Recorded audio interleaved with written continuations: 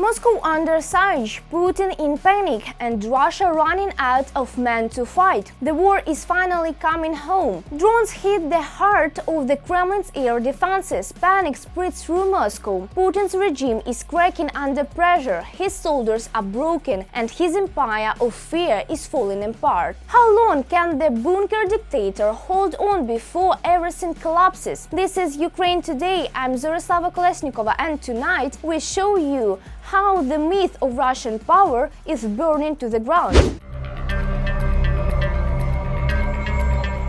Moscow under attack. Drones strike the Kremlin's doorstep. Armed trucks guarding the Kremlin as seen straight out of a war zone, not the Russian capital. Putin's fortress is on the edge after a massive overnight drone attack hit Moscow and nearby regions. Airports in Domodedovo and Zhukovsky were shut down and panic swept through the city. It is the beginning of Russia's war finally coming home, or a sign that the Kremlin's iron security is starting to crack.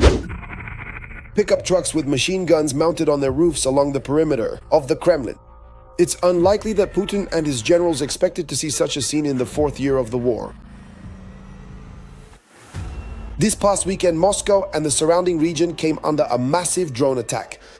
At night, Domodedovo and Zhukovsky airports were temporarily closed. By morning, their operations had been restored. In the Kommunaka area, explosions were heard during the attack and smoke was seen rising above the forest.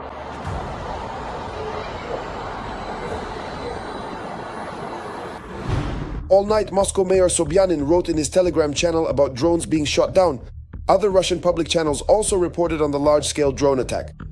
The AFU are trying to launch a massive attack on Moscow and the region. Within a couple of hours, 14 drones heading for the capital were destroyed. Explosions in the sky were heard in Domodedovo, Podolsk, Dubna, Ramenskoye, Kommunarka, Troitsk and Kolomna. At Zhukovsky and Domodedovo airports, 5 flights were cancelled and 6 were rescheduled.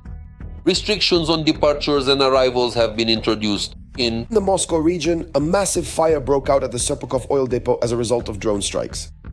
The Russian Ministry of Defense reported that nearly 200 attack UAVs were shot down overnight.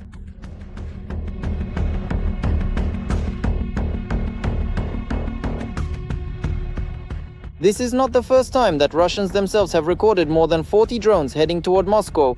We're trying to bypass the capital's air defense system, which is now deployed directly there. But we understand that all of this is in place. These are specific retaliatory strikes and probing actions, probing to see how to deliver a more effective combined strike. Recently, Western media published a map of the air defense systems protecting the Russian capital. But even through such dense protection, Ukrainian drones managed to slip through. Because of this heavy protection of Moscow, other regions and strategic facilities across Russia are suffering. Analysts note that the systems are constantly being moved around, but the majority are concentrated around Moscow, St. Petersburg, and Putin's residence in Valdai. There simply aren't enough systems to protect oil refineries and other strategic facilities in the regions. This is exactly what the Ukrainian armed forces are taking advantage of. In the Moscow region, explosions were heard near the airfield where Russia's strategic aviation is based. The Sheikovka Strategic Aviation Air Base and Kaluga Airport in Russia's Kaluga region were also under attack. This is not the first massive drone attack on Moscow and other regions. Even though the Russian Ministry of Defense always underreports the number of drones. Almost 200. That's quite a lot, and their number will only continue to grow. This has a very serious anti-propaganda effect, especially for the Kremlin. Let me remind you that one of the reasons for launching the so-called special military operation was the issue of guaranteeing the security of the Russian Federation itself, as Putin and his inner circle explained it. We are seeing how the war is coming directly to Moscow. And not just to Muscovites. We see that the geography of Ukraine's drone attacks is expanding.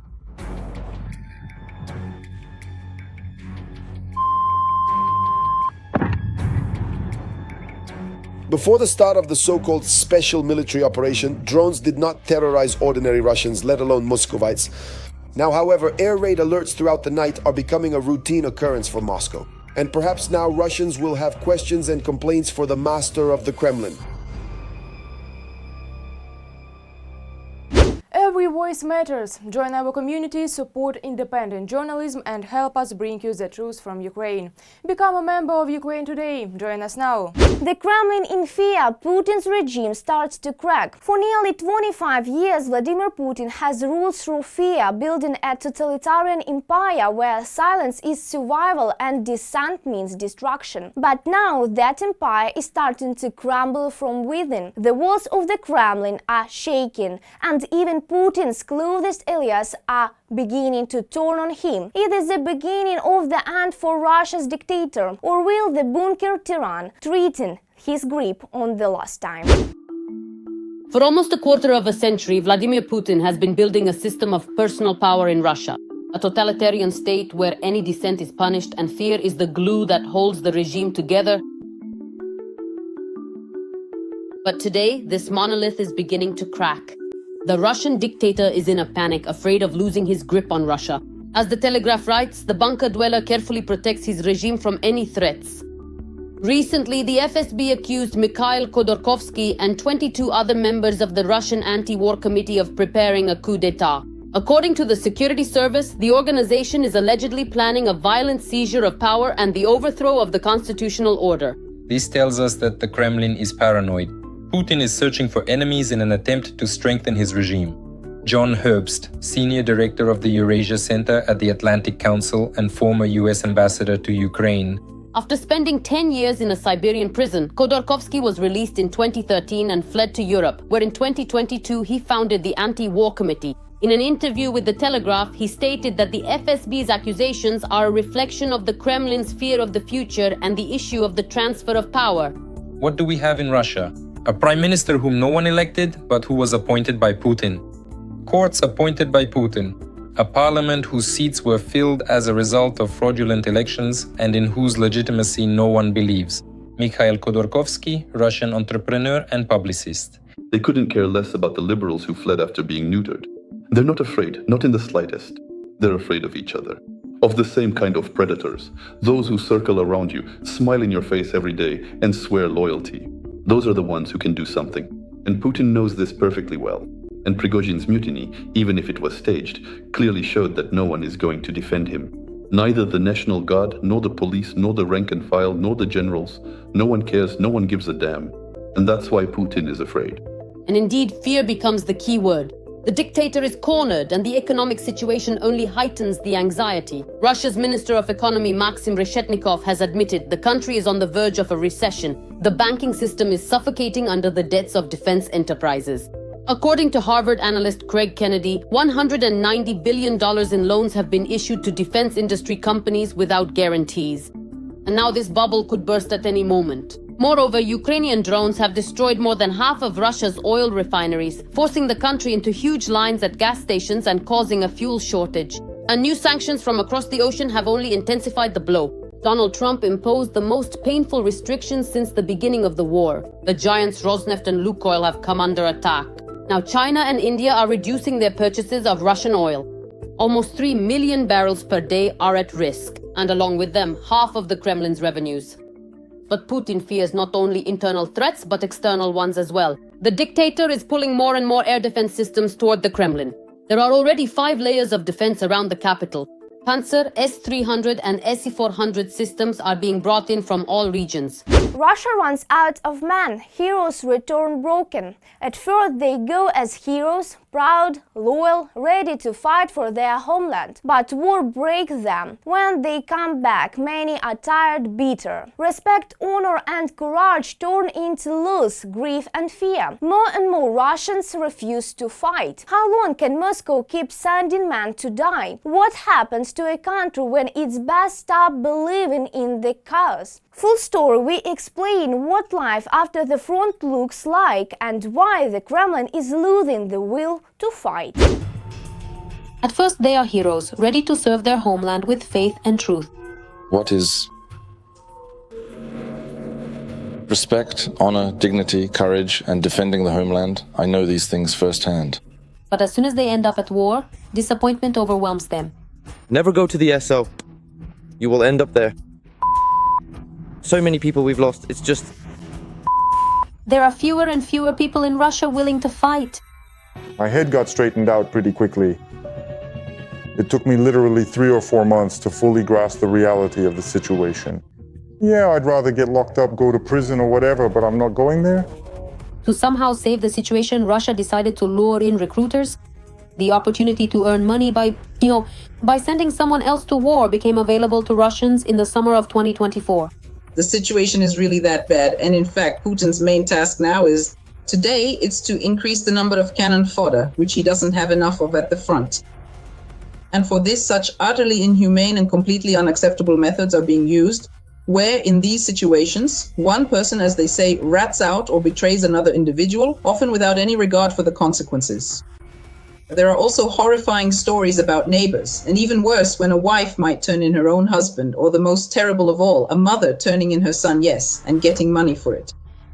By October 2025, every third region had officially introduced payments for recruiters. They are essentially selling people as slaves.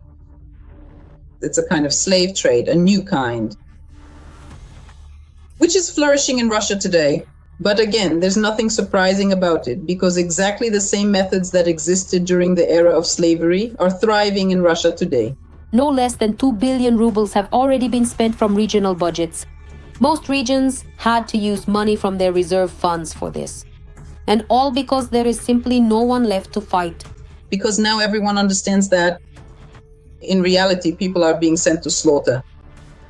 There's an old saying, St. Petersburg saying from the days of Banditsky Petersburg from the 1990s. Yo, Gurov doesn't have a wallet. And apparently people understand this very well now. What's the point of millions if you're a corpse?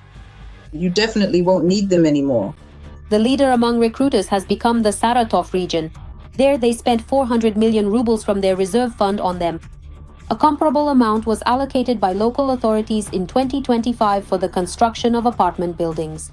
Putin doesn't care about people at all. Putin has been in power for 25 years.